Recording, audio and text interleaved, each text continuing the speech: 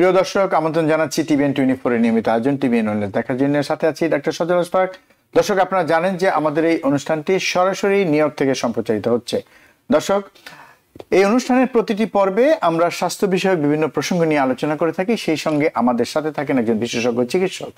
আজকে আমরা এমন একটি বিষয় নিয়ে কথা বলবো যেটা নিয়ে আমরা খুব বেশি আলোচনা করিনি এর আগে, অল্প বিস্তর হয়তো আলোচনা হয়েছে। সেটি হচ্ছে স্লিপ অ্যাপনিয়া। তার মানে হচ্ছে যে ঘুমের মধ্যে অনেক সময় অনেকেই আছেন যাদের দম বন্ধ হয়ে যায়। সেই বিষয়টি আমরা আজকে আলোচনা করব এর কারণ সম্পর্কে, এবং এর সাথে সবচেয়ে বড় একটি সমস্যা হচ্ছে এর সাথে হার্টের বেশ কিছু সমস্যার খুবই একটা গভীর সম্পর্ক রয়েছে, এবং সেই বিষয়টা আমরা আজকে আলোচনা করতে চাই।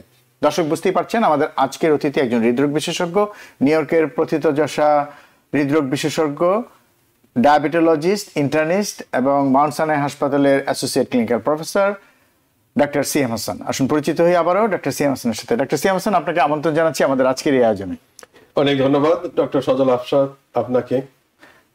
তো আজকের যে বিষয় স্লিপ অ্যাপনিয়া, এবং আমরা চাই যে আজকের এই আলোচনার বিষয়টা মূলত স্লিপ অ্যাপনিয়া মানে যে ঘুমের মধ্যে দম বন্ধ হয়ে যায় যে বিষয়টি, তার সাথে হার্টের কি কি রোগ জড়িত, এই বিষয়গুলো আমরা শুনবো, এবং এই স্লিপ অ্যাপনিয়ার পরিণতি হিসাবে কি কি হার্টের সমস্যা হতে পারে সেটাই আমরা আজকে আলোচনা করতে চাই। প্রথমেই আমাদেরকে একটা ধারণা দেন যে স্লিপ অ্যাপনিয়া, ঘুমের মধ্যে দম বন্ধ, অনেকে হয়তো এক্সপিরিয়েন্স করেন, অনেকে হয়তো জানেন, অনেকে জানেন না। যদি একটু বলেন যে আসলে কোনটাকে আমরা বলবো যে এটা স্লিপ অ্যাপনিয়া। ধন্যবাদ। স্লিপ অ্যাপনিয়া বলতে বোঝায় যে আপনার যখন আপনি ঘুমাচ্ছেন এর মধ্যে আপনার যে উপযুক্ত পরিমাণে শ্বাস প্রশ্বাস নেওয়ার কথা সেটা নেওয়া হচ্ছে না। তো এটা অনেক সময় এটার বহিঃপ্রকাশ হতে পারে, অনেক সময় এটা ঠিক সহজে কেউ বুঝতে পারেন না, অনেকের ব্যাপারে এটা সিম্পটোমেটিক অবস্থায় থাকে। তখন ধরা হয় যে সকালবেলা হয়তো অনেক বেশি স্লিপি মনে হচ্ছে, ঘুমের একটা ভাব চলে আসলো, সারা রাত ঘুমালেন, আবার সকালবেলা আবার একটু ঘুম লাগলো, অথবা আপনার মাথা ব্যথা বা শরীর খুব বেশি টায়ার্ড হয়ে গেল। তো তখন মনে হবে যে রাতের বেলা ঘুমালাম অথচ আমার এই অবস্থা। তো সেই ক্ষেত্রে এটাকে আমরা স্লিপ অ্যাপনিয়ার প্রথম সন্দেহ হিসেবে ধরতে পারি। কিন্তু এটা সবার বেলায় যে হবে এমন কোনো কথা নেই। অনেকের বেলায় স্লিপ অ্যাপনিয়াটা অন্যভাবে ধরা দেয়।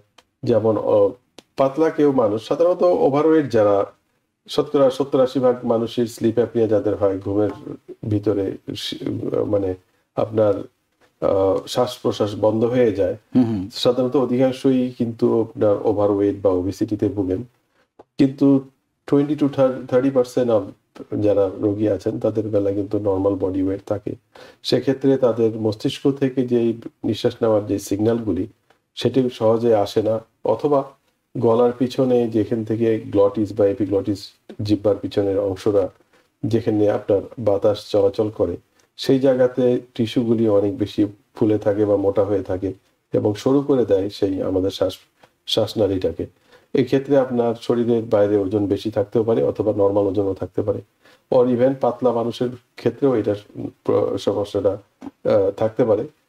তো এইটার যখন হৃদরোগ বিষয়ক যে সমস্যাটা হয়, যেখানে আপনি সন্দেহ করবেন যে না স্লিপ অ্যাপনিয়া আছে কিনা, যেমন খুব পাতলা অল্প বয়স্ক একজন মানুষ, তার ব্লাড প্রেশার হয়ে গেল, রক্তচাপ বেড়ে গেল, এবং দেখা গেল যে 3টা 4টা 5টা ওষুধ খাওয়ার পর তার ব্লাড প্রেশার সহজে কমছে না।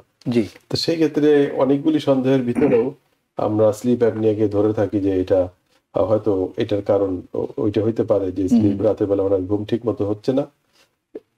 এক্ষেত্রে আপনারা তো চিন্তা করলেন যে এই লোকটার মানে ব্লাড প্রেশারটা কেন বেশি বা অন্যান্য সমস্যা কেন বেশি, আপনি সন্দেহ করলেন যে তার হয়তো বা স্লিপ অ্যাপনিয়া আছে।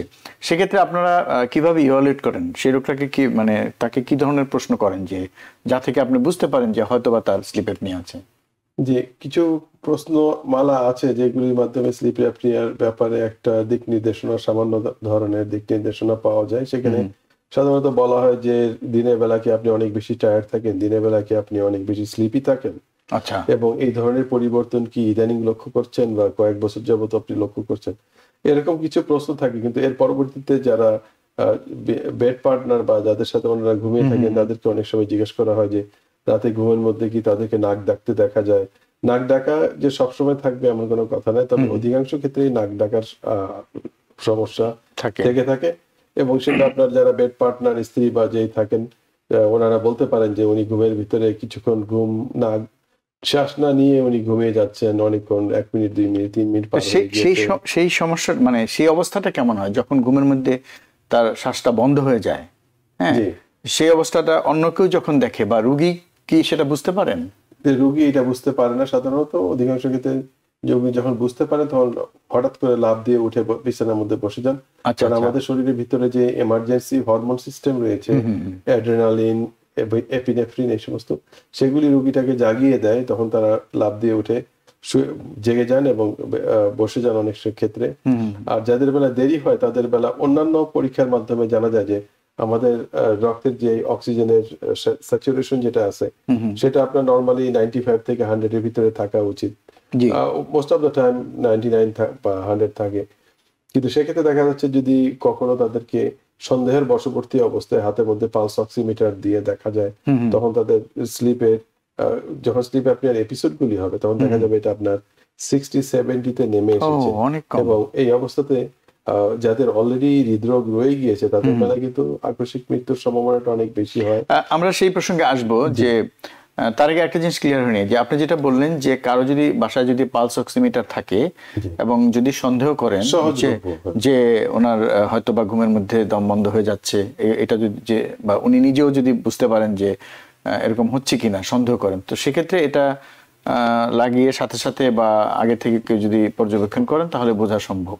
এবং সেক্ষেত্রে কত থেকে কম গেলে আপনি একদম বললেন যে 65 বা 60, সর্বোচ্চ মানে উপরের মাত্রাটা কত হতে পারে? আমরা জানি যে 95 কে আমরা নরমাল ধরি বা তার নিচে 100% নরমাল, আর নিচে আপনার 65 পর্যন্ত আসে। এর পরবর্তীতে মানে 70-80 থাকলেও কি মনে হবে যে হ্যাঁ আসলে মানে সমস্যা আছে? জি, 70-80 যখন আপনার অক্সিজেন নেমে আসবে, এটা একটা অনেক বিপজ্জনক একটা সিচুয়েশন শরীরের ভিতরে। এই ক্ষেত্রে আপনার বিভিন্ন অর্গান ড্যামেজ হতে পারে, মগজ ড্যামেজ হতে পারে, বা হৃৎপিণ্ড ড্যামেজ হতে পারে, কিডনি ড্যামেজ হতে পারে। একটা জিনিস ডক্টর সিএম হাসান, আমরা অনেকেই জানি বা অনেকের হয়তো এই অভিজ্ঞতাটা আছে, দর্শক আপনারা যারা দেখছেন আপনাদের উদ্দেশ্যে বলছি যে অনেক সময় আপনি যেটা বললেন যে ঘুমের মধ্যে থেকে জেগে ওঠে, আমরা অনেক সময় দেখি যে ঘুমের মধ্যে শ্বাসকষ্ট হচ্ছিল এরকম একটা অনুভূতি হয়, হঠাৎ করে জেগে বসে থাকি এবং এক ধরনের মনে হয় যে বাতাসের জন্য এক ধরনের হাঙ্গার হয়, মানে আমার এই মুহূর্তে বাতাস লাগবে, হয়তো দমটা বন্ধ হয়ে গেছে। আবার আরেকটা জিনিস হয় যে উনি সব বুঝতে পারেন কিন্তু দমটা নিতে পারছেন না, এরকমও একটা সিচুয়েশন অনেকের মধ্যে হয়, যেটা অনেকে সাধারণ মানুষ বলে যে বোবায় ধরেছে বলে। তো এগুলি কি এটার সাথে সম্পর্কিত? আসলে এগুলির সাথে স্লিপ অ্যাপনিয়ার সম্পর্ক নাই। আচ্ছা, স্লিপ অ্যাপনিয়াটা হলো যে আপনার অক্সিজেন লেভেল কমে যাবে এবং আপনার শ্বাস কমে যাবে, এটার মধ্যেই কনফাইন করা হয়। আচ্ছা আচ্ছা। এছাড়াও ঘুম বিষয়ক অন্যান্য রোগ রয়েছে, সমস্যা আছে, সেগুলো দেখে বা দৌড়ায়, অনেক কিছুই আছে, স্লিপ ওয়াকিং করে, ওগুলির সাথে কিন্তু এই স্লিপ অ্যাপনিয়ার সম্পর্কটা নাই বললেই চলে। আর আমাদের আজকের আলোচনাটা মোস্টলি স্লিপ অ্যাপনিয়া, যেখানে আপনার প্রমাণিত ভাবে দেখা, যদি কখনো স্লিপ টেস্ট করা হয় তাহলে তো আমি সেই পয়েন্টে আসছিলাম। আপনি বলছিলেন যে উপসর্গগুলো রোগী এটা মনে করলো পালস অক্সিমিটারে কম পেলাম, বা রোগীর পার্টনারও বললো যে হ্যাঁ তার ঘুমের মধ্যে এই ধরনের মনে হয় হঠাৎ করে ছটফট করে বা উঠে বসে থাকে, রোগীরও একই ধরনের কমপ্লেন। এবং আপনার একটা খুব গুরুত্বপূর্ণ কথা বলছিলেন যে আপনারা একটা প্রশ্ন করেন যে দিনের বেলা আপনার ঘুম পায় কিনা, খুব টায়ার্ড লাগে কিনা। তো এটা একটা বড় সমস্যা। আমরা অনেককেই দেখি যে রাতে হয়তো দীর্ঘ সময় ঘুমান, কিন্তু তারপরে আমরা দেখি যে দিনের টাইমটা সে টায়ার্ড থাকেন, কাজে তেমন মানে মানে তেমন কোনো উদ্যোগ থাকে না, যে পরিমাণ স্ট্যামিনা থাকার কথা সেটা থাকে না। এবং আপনি যেটা বলেন যে যেখানে সেখানে ঘুমিয়ে পড়েন আমরা অনেককে দেখি দিনের বেলায়। তো এগুলি যদি হয় সেক্ষেত্রে আপনি যেটা বলেন যে প্রমাণ করা দরকার যে আসলে স্লিপ অ্যাপনিয়া আছে কিনা, সেটার জন্য কি করেন? প্রমাণ করার খুবই প্রাথমিক পর্যায়ে হলো অবজারভেশন, যে উনি রাতের বেলা দেখা যাচ্ছে যে উনি অনেক সময় শ্বাস বন্ধ করে ঘুমাচ্ছেন, তার শ্বাস চলছে না, এবং উনি লাফ দিয়ে উঠে গেলেন, উঠে আবার শ্বাস নিয়ে আবার শুয়ে পড়লেন। তো এই সমস্ত মানুষের আবার অন্যান্য কিছু ফিচার থাকে, যেমন তাদের ওভারওয়েটটা থাকে অথবা ওবেসিটি থাকে। ওবেসিটি মানে আপনার বিএমআই 30-এর উপরে, আর ফিজিক্যাল ইনঅ্যাক্টিভিটি থাকে। এবং আমাদের বাঙালিদের বেলায় দুধ বা দুগ্ধ জাতীয় জিনিসের প্রতি তাদের একটু আকর্ষণ থাকে, এবং সেগুলি দুধ খাওয়ার মাধ্যমে আপনার গলার পিছনের যে চর্বি, আমাদের যেমন পেটের মধ্যে চর্বি জমে যায় কিন্তু হাতের মধ্যে হয়তো অতটা জমে না, সেই একইভাবে গলার ভিতরে শ্বাস নালীর ভিতরে এক্সট্রা চর্বি জমে যায় ওখানে লোকালাইজড অবস্থায়। তো সেক্ষেত্রে আপনার এটা কি মানে মানে সবার জন্য প্রযোজ্য, মানে যাদের স্লিপ অ্যাপনিয়া আছে তাদের মধ্যে বা আমাদের সবার মধ্যে দুধ যদি আমরা খাই, সেই দুধের যে চর্বিটা সেটা মূলত শ্বাসনালীর আশেপাশে থেকে জমা শুরু হয়, জমা শুরু হওয়ার সম্ভাবনা সবচেয়ে বেশি। বেশি। এই জন্য অনেক সময় বলা হয় যে যদি 10 পাউন্ড ওজন কেউ কমিয়ে ফেলে তাহলে ওই ফ্যাট গুলি সবার আগেই শরীর থেকে আবার ওগুলি আবার সবার আগে চলে যায় যদি ব্যায়াম করলে বা যেটা আপনি বললেন যে ওজন কমালে। আচ্ছা, একজন দর্শক আছে, আমরা আলোচনা আসলে খুবই গুরুত্বপূর্ণ অবস্থা আছে, আমি এখানে আবার আসবো। হ্যালো দর্শক, কে আছেন? পরিচয় দিয়ে প্রশ্ন করুন। জি, আসসালামু আলাইকুম। আমি ওয়ালাইকুম জামাই থেকে বলতেছি। বলুন।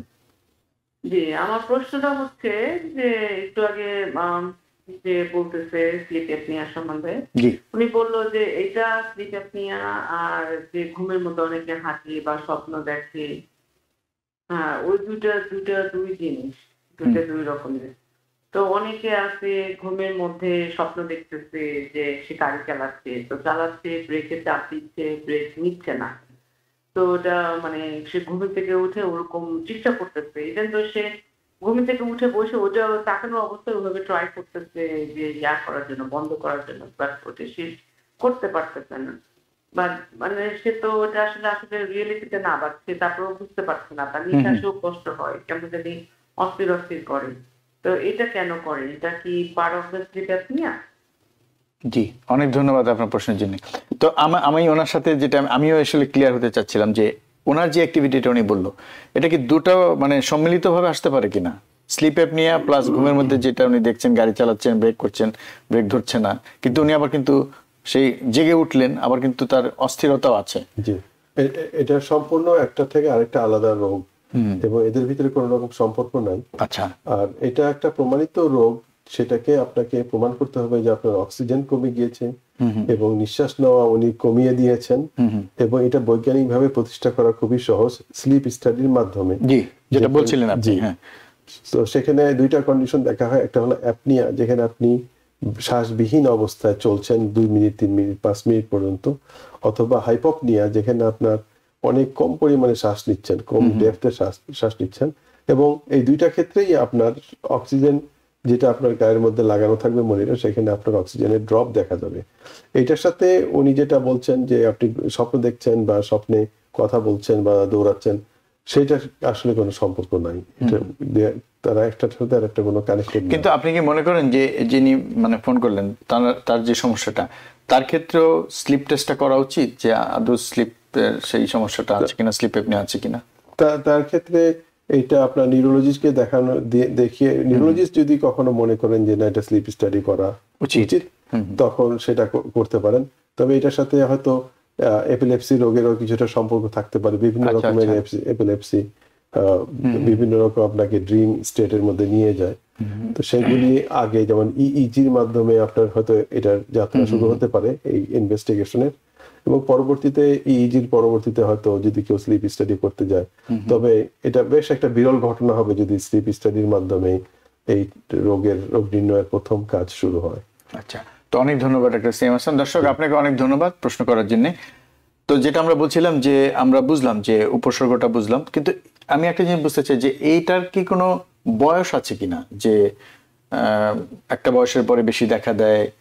আপনি যেহেতু কয়েকটা কথা বলেছেন যে ওবেসিটি, তারপরে ওজন বেশি থাকা, এই বিষয়গুলোর সাথে তো আসলে বয়সের একটা বিষয় আছে, কিন্তু কম বয়সেও যাদের ওজন বেশি তাদেরও তো হতে পারে।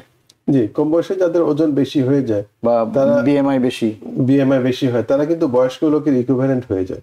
আচ্ছা, ধরেন আপনি 16 বছর বয়সের কেউ হয়তো 200 পাউন্ড ওজন নিয়ে ঘুরে বেড়াচ্ছে, তার উচ্চতা হয়তো 5 ফিট 6 ইঞ্চি বা 5 ফিট 7 ইঞ্চি, ক্লাসিক ওবিজ একটা মানুষের মতো করে ঘুরে বেড়াচ্ছে 16 বছরের কেউ, সে কিন্তু একজন অ্যাডাল্টের মতোই কিন্তু সেই বিবিধ রোগে আক্রান্ত হবে, যেমন diabetes, high blood pressure, cholesterol বেশি হবে, ট্রাইগ্লিসারাইড বেশি হবে।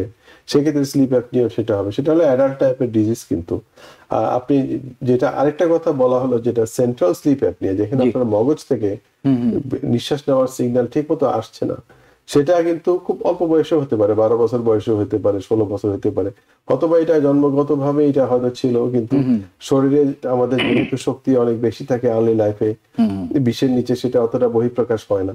কিন্তু আপনার 20, 25, 30 বছর হলে তখন আপনার এই রোগের বহিঃপ্রকাশ শুরু হবে, এবং সেটার বহিঃপ্রকাশটাও কিন্তু বেশ মানে একটু গোপনীয় ভাবে থাকছে।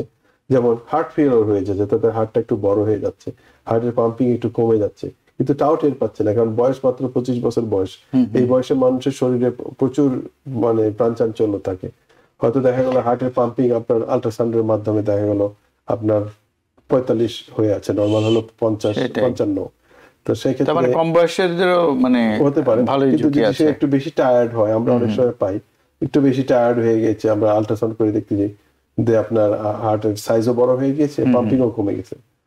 তো এগুলি আবার কিন্তু ইদানিং এই যে উপসর্গের কথাগুলি বললেন, যাদের হয় তাদের কি এমন কোনো কমপ্লেইন থাকে যে রাতে আমার ঘুম হয় না, এই কমপ্লেইনটা কি তারা করেন? যদি আপনি সেন্ট্রাল স্লিপ অ্যাপনিয়ার কথা জিজ্ঞেস করে থাকেন, সেক্ষেত্রে তারা রাতের বেলা বলবে না, সেই আপনার ওই একই কথা ঘুরে ফিরে যে তারা দিনের বেলা টায়ার্ড থাকবে অনেক বেশি, কিন্তু উনি বলবেন না যে আমার ঘুম হয় না, কারণ রাতে তো কিন্তু আমরা তো দেখবো যে উনি হয়তো ঘুমাচ্ছেন, কিন্তু সেই ঘুমটা তো ঘুম না। জি, ঘুম হয় না ঠিক ওইটা না, মানে ভালো ঘুম হয় না, ভালো ঘুম বলতে পারে। কিন্তু ঘুম যাদের হয় না তাদের কিন্তু স্লিপ অ্যাপনিয়ার হচ্ছে না, তারা তো ইনসমনিয়া বা নিদ্রাহীনতায় আছেন, তারা কিন্তু জাগ্রত অবস্থায় রাতের বেলা বিছানায় শুয়ে আছেন, সুতরাং তাদের স্লিপ অ্যাপনিয়া হওয়ার সম্ভাবনা নাই, তারা তো জাগা অবস্থায় নিঃশ্বাস নিচ্ছেন। কিন্তু এদের রাতের বেলা ঘুমটা যেভাবে হওয়া উচিত মানে শান্তিপূর্ণভাবে হচ্ছে না ঘুমটা, কারণ ঘুমের মধ্যে তার দম বন্ধ হয়ে যাচ্ছে, যে কারণে দেখা যাচ্ছে যে দিনের বেলা উনি টায়ার্ড থাকছেন, দিনের বেলা তার মধ্যে একটা ঝিমুনি ভাব থাকছে, ঘুম ঘুম ভাব থাকছে। এক্ষেত্রে আরেকটা জিনিস সংযোজন করা উচিত, সেটা হলো যে আপনার স্লিপ অ্যাপনিয়ার রাইট অ্যাওয়ে যেটা মানে তাৎক্ষণিক যে কারেকশন, সেটা হলো কি জেগে যাওয়া। জেগে গেলে আপনি সচেতন ভাবে শ্বাস নিলেন। আমাদের ঘুমের ভিতরে কিন্তু আমাদের শ্বাস প্রশ্বাসটা অন্যভাবে চলে। আমরা যখন জেগে আছি, সবার সাথে কথা বলছি, আমরা কিন্তু সচেতন ভাবে শ্বাস প্রশ্বাস নিচ্ছি। কিন্তু আমরা যে মুহূর্তে ঘুমিয়ে পড়লাম পুরোপুরি, তখন কিন্তু একটা অটো পাইলট সিস্টেম টাইপের একটা প্রক্রিয়া কাজ করছে। সেখানে আমাদের ব্রেন থেকে সিগন্যাল যাচ্ছে, ব্রিদিং মাসেলে যাচ্ছে, যেমন ডায়াফ্রাম নামে একটা বড় মাসেল আছে, সেটা বুকের মধ্যে আপনার শ্বাস প্রশ্বাস নেওয়ার যে মাসেলটা আছে, সেইগুলির মধ্যে কিন্তু একটা অটোমেটিক একটা সিস্টেমের ভিতরেই কিন্তু নিঃশ্বাসটা চলছে। তো সেইটার মধ্যে প্রতিবন্ধক হিসেবে দাঁড়াচ্ছে আপনার স্লিপ অ্যাপনিয়া, যেখানে আপনার গলা দিয়ে বাতাসটা ঠিক মতো যেতে পারছে না। তখন আপনি হঠাৎ করে লাফ দিয়ে বুঝতে পারলেন যে আপনার অক্সিজেন কমে যাচ্ছে, তখন এমার্জেন্সি সিস্টেম অন হয়ে গেল, তখন আপনার শরীরের মধ্যে অ্যাড্রেনালিন হ্রাস হলো, তখন আপনি জেগে কিন্তু কারেকশন করে ফেললেন। আপনার জাগ্রত অবস্থায় কিন্তু স্লিপ অ্যাপনিয়া হয় না। স্লিপ তো আপনার ঘুমাতে হবে, সেটা আপনার কিন্তু পূর্ব শর্ত আছে। স্লিপ অ্যাপনিয়া মানেই আপনি নিদ্রাযুক্ত অবস্থাতেই আপনার ব্রিদিং এর কোয়ালিটিটা লো কোয়ালিটি হয়ে যাচ্ছে। সেটাই তো আপনি শুরুতেই যেটা বলছিলেন যে এটার সাথে কিছু কিছু রোগের সম্পর্ক আছে, এবং অনেক ক্ষেত্রে আপনি যেটা খুব গুরুত্ব দিলেন যে হাইপারটেনশন, অল্প বয়সী উচ্চ রক্তচাপ দেখা দিতে পারে, আরো কিছু সমস্যা হতে পারে, হার্ট ফেলিয়ারের মতো সমস্যা হতে পারে। তো এখন প্রশ্ন হচ্ছে, কত বছর বা কত দিন, কত মাস স্লিপ অ্যাপনিয়ায় ভুগলে বা কোন লেভেলের স্লিপ অ্যাপনিয়ায় ভুগলে পরে এই সমস্যাগুলো শুরু হতে পারে, বা মানে যেহেতু ঝুঁকিটা আছে, এবং এই ঝুঁকিগুলির মধ্যে কোনগুলো আগে আগে শুরু হয়? মানে আপনি যদি পর্যায়ক্রমে ধরেন যে একজন লোক 2 বছর ধরে স্লিপ অ্যাপনিয়ায় ভুগছে বা 1 বছর ধরে, তার প্রথম সমস্যা কোনটা হতে পারে, বা নাকি সবগুলোই একবারে শুরু হতে পারে, বা যে কোনোটাই শুরু হতে পারে? জি, সিকোয়েন্স বলা যেতে পারে যে একজন ধরেন 32 বছর বয়সে বা 22-23 বছর বয়সের কেউ, তার জন্য আপনার প্রাথমিক উপসর্গ যেটা হবে সেটা হবে ব্লাড প্রেশার বা উচ্চ রক্তচাপ। সেটা আপনার সেটাতে সে আক্রান্ত হবে, এবং সেটাই সমস্যা হলো যে আমরা যখন ইয়াং মানুষের সাথে ডিল করি, তারা কিন্তু বেশ খানিকটা হাই ব্লাড প্রেশার হজম করে ফেলে তাদের পাঞ্চাঞ্চল্যের কারণে, তাদের তারুণ্যের কারণে। তো যদি এই জন্য রুটিন ব্লাড প্রেশার চেক করাটা একটা নর্মাল, এদেশে হেলদি মানুষের একটা এক্সামিনেশন হয় বছরে একবার করে। তো সেখানে যখন আপনি ব্লাড প্রেশার বেশি পেয়ে গেলেন, যেমন 150 পেলেন, খুব বেশি না, 150 পেলেন, আপনি কিছুটা ওবেসিটি পেলেন, তখন কিন্তু কিছুটা সন্দেহ ঢোকানো যেতে পারে যে আপনার স্লিপের অবস্থা কি, আপনি কি রাতে বেলা ঠিক, আপনার পার্টনার কেউ বলছে, বা যারা একটু ইয়াং তাদের মা বাবা কি বলছে যে ঘুমের মধ্যে অনেক বেশি নাক ডাকা হচ্ছে, অথবা ঘুমের মধ্যে অনেক সময় শ্বাস বন্ধ হচ্ছে। এটা কিন্তু অধিকাংশ মানুষের চোখে পড়ে যায়, কিন্তু এটা অস্বাভাবিক প্রক্রিয়া। আমরা শুনি যে মানুষ ঠাট্টা করেন যে নাক ডাকার কারণে পাশের ঘর থেকে মনে হচ্ছে যে একটা রেলগাড়ির ইঞ্জিন চলছে। তো এটা কিন্তু একটা মর্মান্তিক ইনফরমেশন, কিন্তু আমরা খুব হালকা ভাবে এবং জোকিংলি আমরা নেই। আবার এক সময় তো উল্টো ধারণা ছিল যে নাক ডেকে ঘুমাচ্ছে মানে খুব আরামের ঘুম হচ্ছে। জি, তো সেই ক্ষেত্রে সেই মানুষের দেখা যাচ্ছে যে খুব অল্প সময়ের মধ্যে তার পেট অনেক বড় হচ্ছে, কারণ সারাদিনে তাকে খেতে হচ্ছে, যার ফলে আপনার ওবেসিটি কারণে জিনিসটা একটা চক্রাকারে বাড়ছে, যে আপনার ওবেসিটি হচ্ছে, স্লিপ অ্যাপনিয়া বাড়ছে, স্লিপ অ্যাপনিয়া বাড়ছে, খিদা বাড়ছে, তখন আবার খাওয়া হচ্ছে, আবার তখন আচ্ছা, মানে স্লিপ অ্যাপনিয়ার জন্য তার ক্ষুধা বেড়ে যাচ্ছে। জি, তখন এই আপনার যে এক্সট্রা বডি ফ্যাট আপনার বুকের চারিদিকে একটা বেল্টের মতো কাজ করছে, সেটাও কিন্তু আপনার অবস্ট্রাকশনকে বাড়ায় দিচ্ছে। তাহলে আমরা দুই লেভেলে অবস্ট্রাকটিভ স্লিপ অ্যাপনিয়া পাচ্ছি, একটা আপনার ইএনটির এরিয়াতে, আপনার নাক কান গলার পিছনে, জি, আর আমাদের শরীরের বুকের চারিদিকে যে একটা ফ্যাটের বড় একটা চাদর, সেটা আমাদেরকে শ্বাসকষ্টকে চাপাচ্ছে। তো এক্ষেত্রে যে একটা হৃদরোগ আছে, সেটা একটু টেকনিক্যাল নাম, তাই আমরা কর পালমোনালি, যে আপনার right sided heart disease because of non cardiac reasons. তো সে যেটা আপনার বুকের চারিদিকে আপনার বেল বা নিঃশ্বাস ঠিক মতো না নেওয়ার কারণে।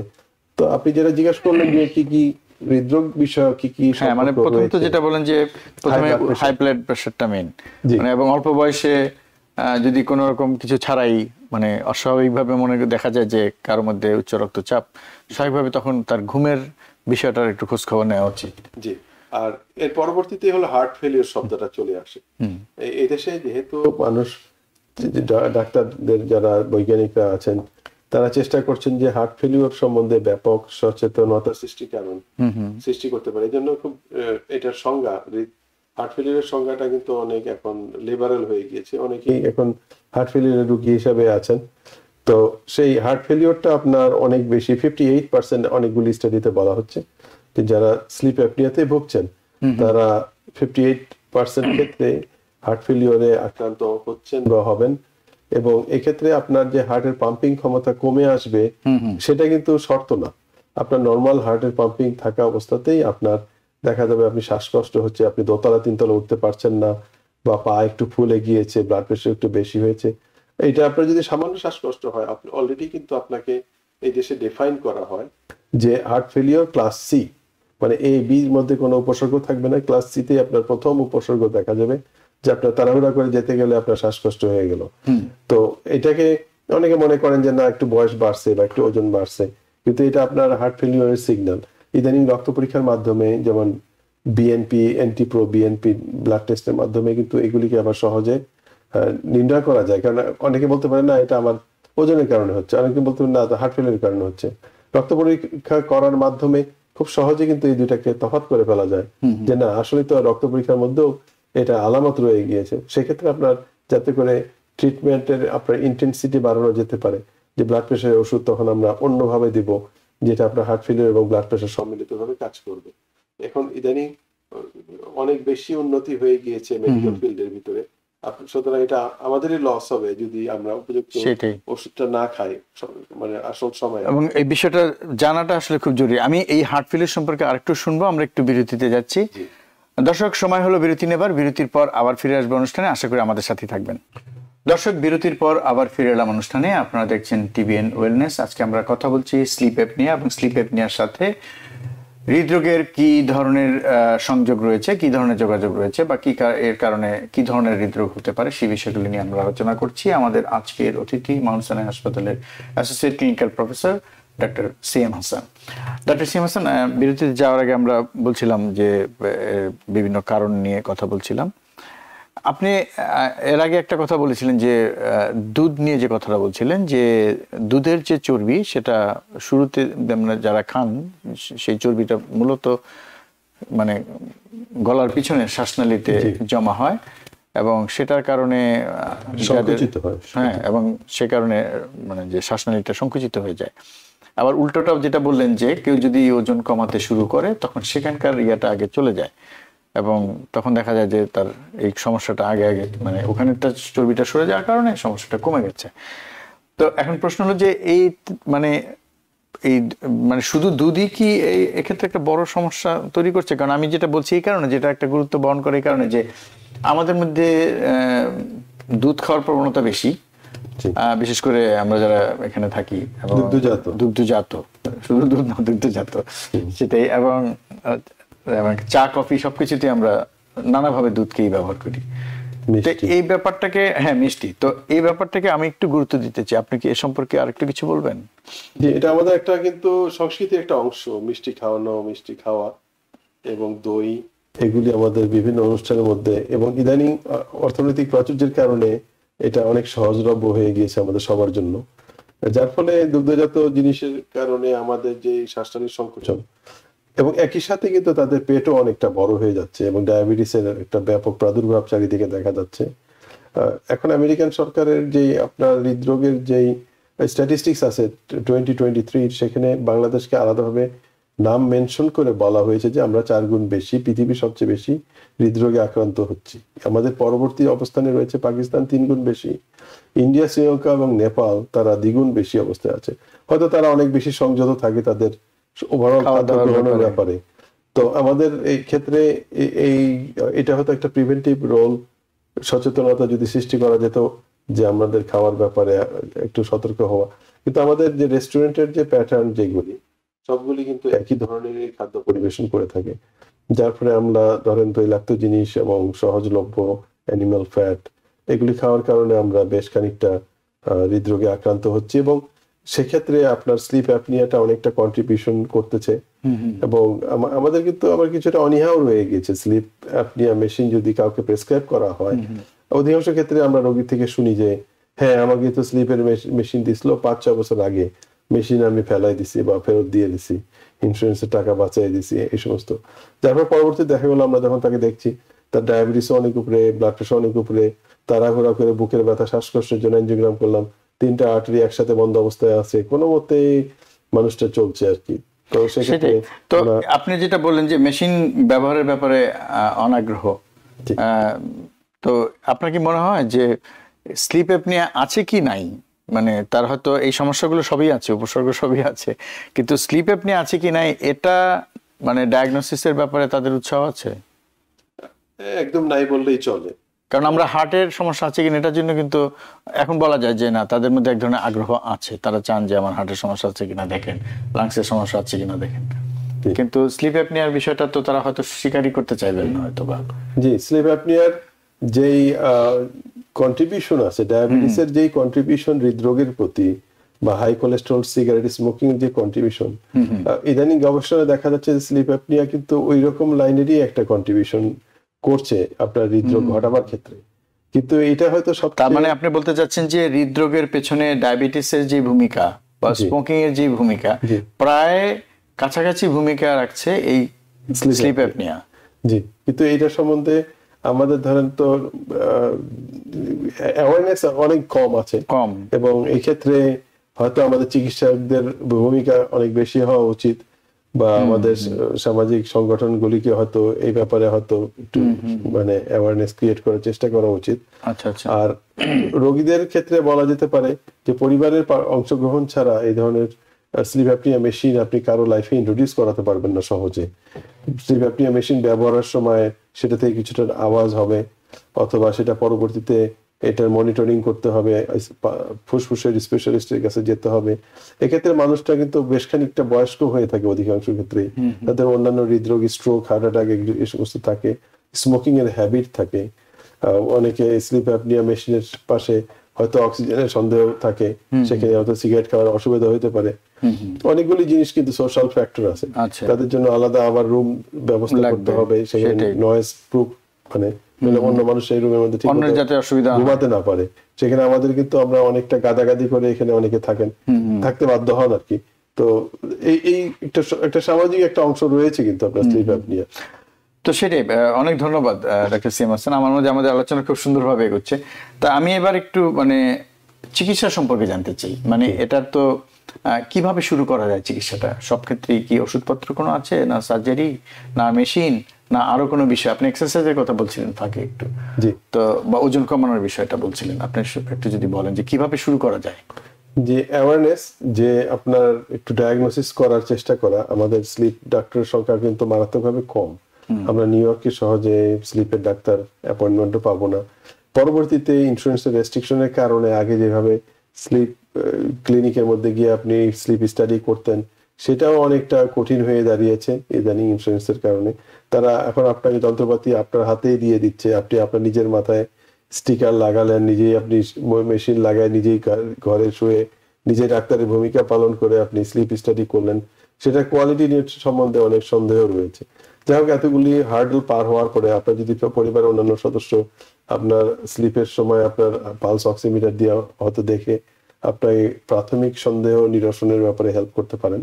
তো এগুলি করার পরে যখন আপনার অ্যাকচুয়াল স্লিপ ডক্টর বা পালমোনারি স্পেশালিস্ট, স্লিপ ডক্টর কিন্তু পালমোনারি হতে পারে, ইএনটি ডাক্তার হতে পারে, নিউরোলজিস্ট হতে পারে, বা এবার প্রাইমারি কেয়ার ফিজিশিয়ান ও স্লিপ ডাক্তার হতে পারে।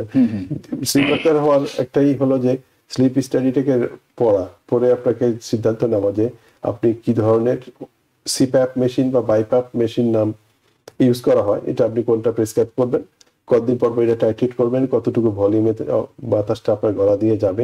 এবং এটা মনে রাখতে হবে যে প্রথম 1 সপ্তাহ 2 সপ্তাহ খুবই একটা বিরক্তিকর একটা পরিবেশ হয় রোগীর জন্য, যে এটা আমি মানতে চাই না, এই মেশিন আমি নাকে লাগিয়ে ঘুমাতে পারি না। কিন্তু পরবর্তীতে অধিকাংশ ক্ষেত্রে, শতকরা 90-100 ভাগ ক্ষেত্রে, 95 ভাগ ক্ষেত্রে বলবো যে রোগী এটাকে পছন্দ করে ফেলে, যে পরবর্তী সকালে উঠে তারা দেখে যে মানে উনি বুঝতে পারেন যে ভালো ঘুম হওয়ার জন্য কি বেনিফিট গুলি চলে আসে। এই বেনিফিটের সাথেও সংযোজন হলো যে আপনার ব্লাড প্রেশারটাও আপনার অল্প ওষুধে কন্ট্রোল হবে, এবং পরবর্তীতে অ্যাট্রিয়াল ফিব্রিলেশন নামে যে হার্টের যে এক ধরনের অন্য হার্টের রিদম চেঞ্জ হয়, যেটার মাধ্যমে অনেক বেশি স্ট্রোক হয়ে থাকে, সেটার আপনার সম্ভাবনা অনেক বেশি কমে আসছে, এবং হার্ট ফেলিওর এবং করোনারি আর্টারি ডিজিজ, হার্টের মধ্যে ব্লক হয়ে যাওয়া, সবগুলি কমে যাবে। এই সম্বন্ধে রোগীকে মাঝে মধ্যে হয়তো পারিবারিক ভাবে ডাক্তারের থেকে আপনাকে অ্যাভয়েড করতে হবে। আর ট্রিটমেন্টের মধ্যে 2 নম্বর আমি ট্রিটমেন্টে আবার শুনবো, কারণ একজন দর্শক অনেকক্ষণ অপেক্ষা আছেন। হ্যালো দর্শক, কে আছেন? পরিচয় দিয়ে প্রশ্ন করুন। হ্যালো, জি পরিচয় দিয়ে প্রশ্ন করুন, শুনতে পাচ্ছি। আমি তো হ্যাঁ আমরা শুনতে পাচ্ছি, আপনি পরিচয় দিয়ে প্রশ্ন করুন। জি, আমার নাম আজমল হোসেন। আমি বলছিলাম আমার কিছুক্ষণ দাঁড়াইলে বা বসলে 2-3-4 ঘন্টা পর আমার পাটা ফুলে যায় কেন? আর কিছু আছে আপনার এছাড়া? হ্যাঁ বলুন, আপনার প্রশ্ন শেষ করুন।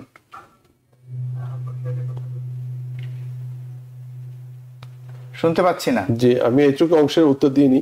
আর দাঁড়িয়ে থাকলে যখন আপনার পা ফুলে যায় এবং পরবর্তী সময় যখন রাতে ঘুমালে সকালে দেখেন যে পা ফুলা সম্পূর্ণরূপে সেরে গিয়েছে, এটাকে আপনার পায়ের ভেইনের রোগ হিসাবে, ভেইন যেটা আপনার রক্তকে শরীরের অন্যান্য অঙ্গ প্রত্যঙ্গ থেকে হৃৎপিণ্ডের দিকে নিয়ে আসে, সেগুলিকে বলা হয় ভ্যারিকোজ ভেইন। সেগুলি যখন আপনার মোটা হয়ে যায় সেটাকে ভ্যারিকোজ ভেইন বলা হয়। তখন আপনার ভেইনের ভিতরে ভালভের কিছু সমস্যা হয়। সুতরাং দাঁড়ালে মাধ্যাকর্ষণ শক্তির কারণে আপনার শরীরের উপরের অংশের রক্ত পায়ের মধ্যে গিয়ে জমা হয়, এবং সেটা আপনার আর উল্টা দিকে হৃৎপিণ্ডের দিকে যে ফেরত আসবে সেটা আসতে পারে না সহজে, যেহেতু আপনার ভেইনগুলি মোটা হয়ে গিয়েছে এবং ভেইনের ভিতরে যে আপনার ভালভগুলি রয়েছে সেই ভালভগুলি আপনার খারাপ হয়েছে।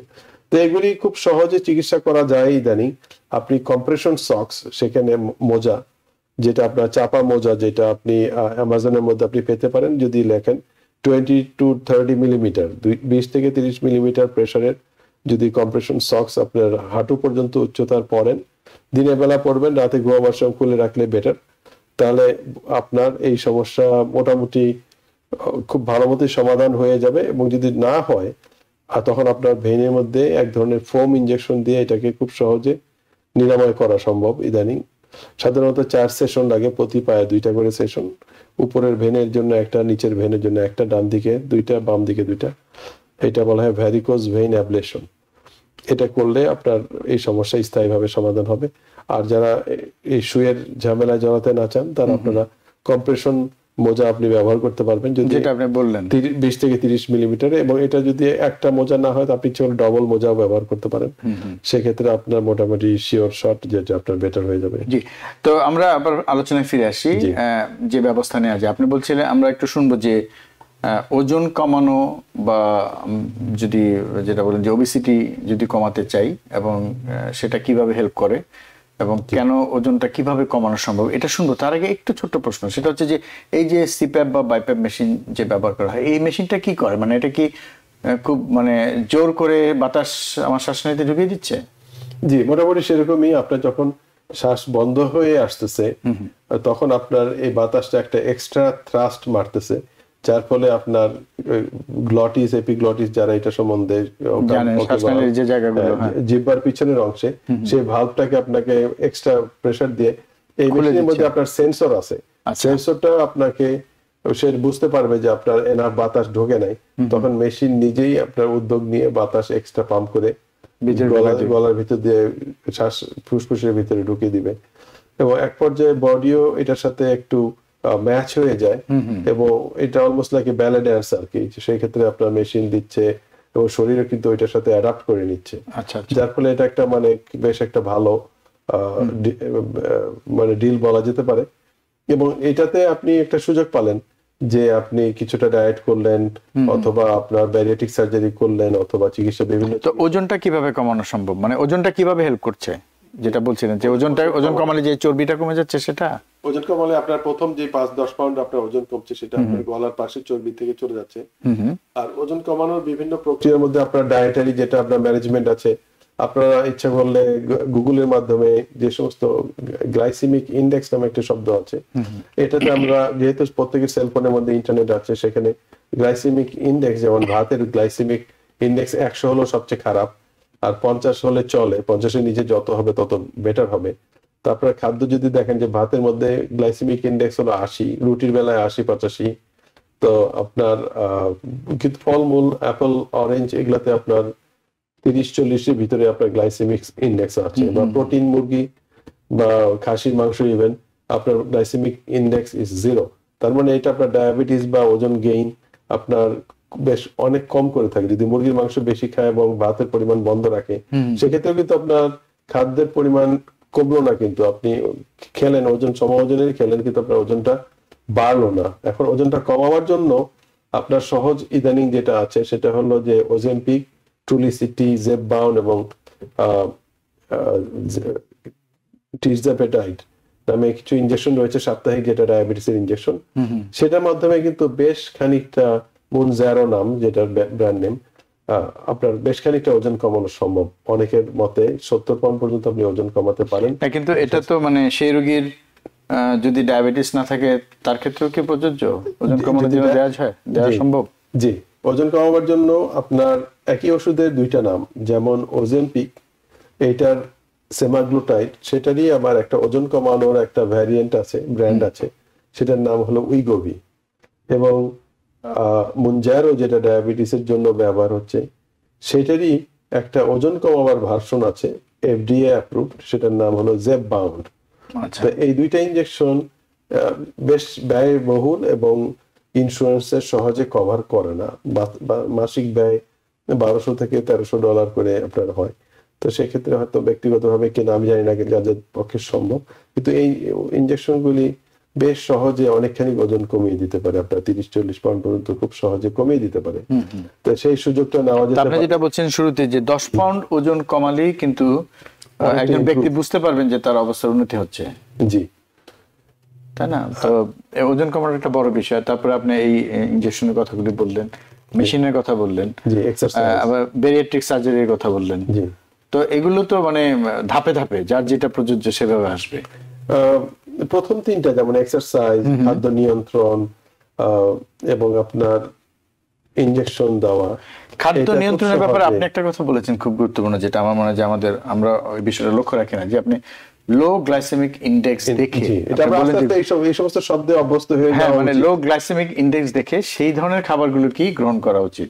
তাহলে হবে কি, খাওয়া হলো কিন্তু আমার ওজনটা বাড়লো না, জি, আমার ক্যালোরিটা কমলো না, হ্যাঁ, ক্যালোরি বাড়লো না কিন্তু পরিমাণও কমলো না। তো এগুলি ভেজিটেবলস এবং সালাদ এবং এই জাতীয় জিনিস সব গুলি। আর যেটা আপনি প্রথম থেকে বলছিলেন যে দুধের উপরে যে আমাদের বা দুগ্ধজাত খাবার যেটা আপনি বলেন সবসময়, হ্যাঁ, সেটার প্রতি আমাদের একটু আকর্ষণ কমাতে হবে। তো আমরা অনুষ্ঠান শেষ করবো। আপনি শেষ ভাগে কিভাবে শেষ করতে চান? মানে এটা এই স্লিপ অ্যাপনিয়ার সাথে হার্ট ফেলিওরের সম্পর্ক, হাইপারটেনশনের সম্পর্ক আপনি বললেন, আরেকটা কথা বললেন যে অ্যাট্রিয়াল ফিব্রিলেশন। তো এগুলো সবকিছুই তো মানে আসলে ভয়ানক রোগ, এগুলো তো আসলে অনেক বড় সমস্যা। আপনি যেটা বলছিলেন এক ফাঁকে, আমি একটু ছোট্ট করে যদি বলি, আপনি একটা কথা বলছিলেন যে হার্ট ফেলিওর হচ্ছে কিন্তু উপসর্গ নেই, সেটাও হার্ট ফেলিওর। মানে হার্ট ফেলিওর যে বর্তমান যে শ্রেণী বিভাগ, তাতে ABCD যে করা হচ্ছে, তাই প্রথম 2টাতে A এবং B তে কোনো উপসর্গ থাকছে না, হ্যাঁ, কিন্তু অন্য কোনো বিষয় থাকছে যেগুলো দিয়ে আপনারা বুঝতে পারছেন যে উনি A তে আছেন বা B তে আছেন। C থেকে উপসর্গ শুরু হচ্ছে, কিন্তু যার A কোনো উপসর্গ নেই তিনিও কিন্তু হার্ট ফেলিয়ার রোগী হিসেবে চিহ্নিত। ডায়াবেটিস এবং হাই ব্লাড প্রেসার যদি থাকে এবং ওভারওয়েট থাকে, তিনি হার্ট ফেলিয়ার রোগী হিসেবে চিহ্নিত হবেন। তো এই বিষয়গুলো তো ঝুঁকিপূর্ণ, এগুলো তো জানার বিষয় আছে। আমার মনে হয় হার্ট ফেলিয়ার নিয়ে আমরা আরেকদিন কথা বলতে পারি। তো আজকে অনুষ্ঠান শেষ করবো, আপনি যদি শেষ ভাগে দর্শকদের উদ্দেশ্যে কিছু বলেন। আমার একটা সাজেশন, সেটা হলো যে অ্যাওয়ারনেস, আমাদের ফ্যামিলি পার্টিসিপেশন যদি হয়, আর আরেকটা হলো যে পরিবেশ সৃষ্টি করা, যে আমাদের চিকিৎসার উপযুক্ত যে পরিবেশ সৃষ্টি করা, যেমন ডাক্তারের অ্যাপয়েন্টমেন্ট ঠিক রাখা বা রক্ত পরীক্ষা করা, এবং স্লিপ অ্যাপনিয়াকে মাথার মধ্যে ঢোকানো যে নাক ডাকাটা একটা হাসি তামসার ব্যাপার না, এবং এটার কারণে যে অনেক বেশি হৃদরোগ, এবং হৃদরোগের মধ্যে 4টা প্রধান হৃদরোগ, যেটা আপনার হাই ব্লাড প্রেশার, যেটার কারণে অন্যান্য হৃদরোগ হচ্ছে, প্লাস অ্যাট্রিয়াল ফিব্রিলেশন, যেটা হলো হার্টের উলট পালট করা কিছু বীজ, যেটার মাধ্যমে স্ট্রোকের অনেক বেশি হয়ে থাকে। 3 নম্বর হলো যে করোনারি আর্টারি ফিব্রিলেশন, মানে হার্টের মানে বিটের পুরো মানে এলোমেলো একটা অবস্থা, এলোমেলো হৃদপিণ্ড বিট, কিন্তু এটার স্পেসিফিক নামই আছে অ্যাট্রিয়াল ফিব্রিলেশন। আর 3 নম্বর হলো যে করোনারি আর্টারি ডিজিজ, যেখানে আপনার ব্লক আর্টারি হয়। আর 4 নম্বর হলো আমাদের হার্ট ফেলিওর। এই সবগুলি যখন আমরা একসাথে আক্রান্ত হব, তখন কিন্তু আমাদের জীবন সংক্ষিপ্ত হয়ে আসবে। আমরা 1 বছরে 3 থেকে 4 বছরের আয়ু হারাবো, যার ফলে আমরা 70-এর উপরের বয়স্ক মানুষ আমরা সহজে দেখতে পাবো না, কারণ তারা দুনিয়া থেকে চলে যাবেন আমাদের ভিতর থেকে। তো সেটাই হলো সবচেয়ে বড় এমার্জেন্সি ইনফরমেশন, যে আমাদের অ্যাওয়ারনেসটা থাকতে হবে হৃদপিণ্ডের যত রোগের ঝুঁকিগুলি আমাদেরকে কমাবার জন্য। একটার সাথে আরেকটা সম্পর্ক আছে। আপনি এক ফাঁকে বলছিলেন না যে ঘুম কম হলে ক্ষুধা বেড়ে যাবে, ক্ষুধা বেড়ে গেলে বেশি খাবো, বেশি খেলে তো ওজন বাড়বে, তো ওজন বাড়লে তো আরো ঘুমের সমস্যা তো আরো হবে, এবং সেই সাথে যেটা বললেন যে হার্টের সমস্যা, প্রেসারের সমস্যা, সেগুলো বাড়তে থাকবে, এবং একইভাবে ওজন বেড়ে গেলে তো মানে ডায়াবেটিসের ঝুঁকিও বাড়তে থাকবে। সবকিছুই মানে রিলেটেড একটার সাথে একটা। তো ডাক্তার সিএম হাসান, অনেক ধন্যবাদ। আমার মনে হয় যে আমরা চেষ্টা করছি যতটা সম্ভব স্লিপ অ্যাপনিয়ার সাথে হৃদরোগের সম্পর্ক এবং কিভাবে এটাকে নিয়ন্ত্রণ করা যায়, আমাদের কি করা উচিত, বিষয়গুলো আলোচনা করতে। আপনাকে অনেক ধন্যবাদ আমাদের সময় দেওয়ার জন্য। অনেক ধন্যবাদ আপনাকে। দর্শক, এতক্ষণ যারা আমাদের সাথে ছিলেন, আপনাদেরকে অনেক অনেক ধন্যবাদ।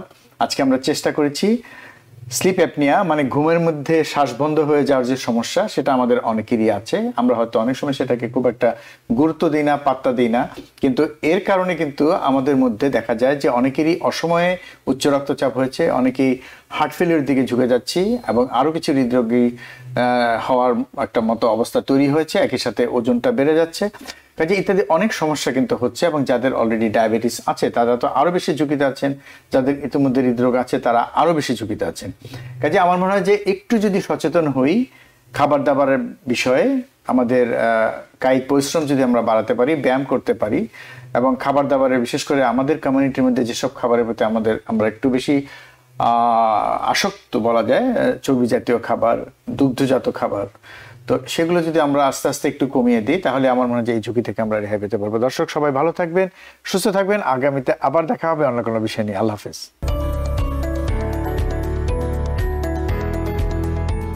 TBN 24 টেলিভিশন দেখতে আজই কল করুন 7187776556। লগ ইন করুন www.totalcablebd.com।